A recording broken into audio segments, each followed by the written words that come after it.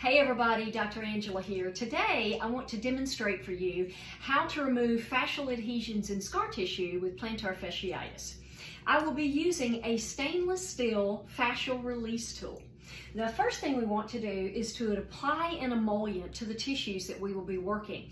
Now I'm using an essential oil blend, but you can also use coconut oil or any type of lotion will work. Now the tissues that we will be working will be the plantar fascia, so use the emollient and cover the entire bottom of the foot.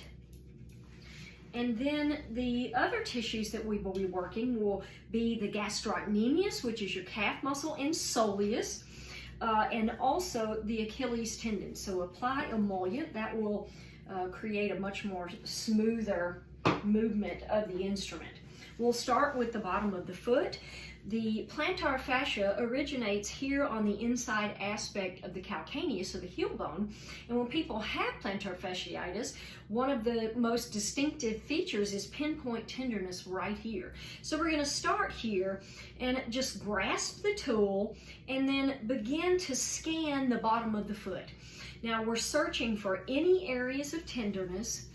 You also want to be looking for or feeling for any changes in tissue tension or a difference in tissue texture. And oftentimes it will feel gritty or rigid, like sandpaper. Wherever you find those tender areas or gritty areas, now that's where you want to work. Spend about 30 to 60 seconds on each of those tender areas and then move to the next area. You can use the instrument in different directions, so you can go this way, you can use more of a sweeping movement. You can also incorporate movement or motion by flexing and extending the foot as you're working those tissues. I like to call it pin and stretch, where you pin those adhesions and then stretch the foot, pin the adhesions and then stretch. Cover the entire bottom of the foot, and once you've released that, then let's move on to the gastrocnemius and soleus and Achilles tendon. You'll grasp the fascial release tool on each end and just kind of start with the inside area or medial head of the gastroc.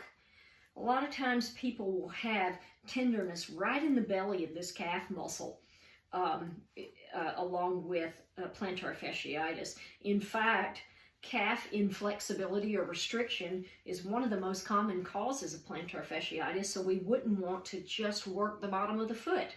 We want to work further up the kinetic chain, and there are fascial connections between the gastroc or calf muscle on into there, so we want to release that whole area. So even on the outside aspect, just sort of work that whole area. Again, anytime you feel those adhesions or you're feeling a tender area, just isolate the area and spend about 30 to 60 seconds. Once again, incorporate that motion where you flex and extend your foot as you're working it. Now you only want to work these areas every couple of days. You don't want to work it too deeply, you don't want to apply too much pressure, and you don't want to do it too often. So every couple of days, and allowing some time for those tissues to heal before you would work it again.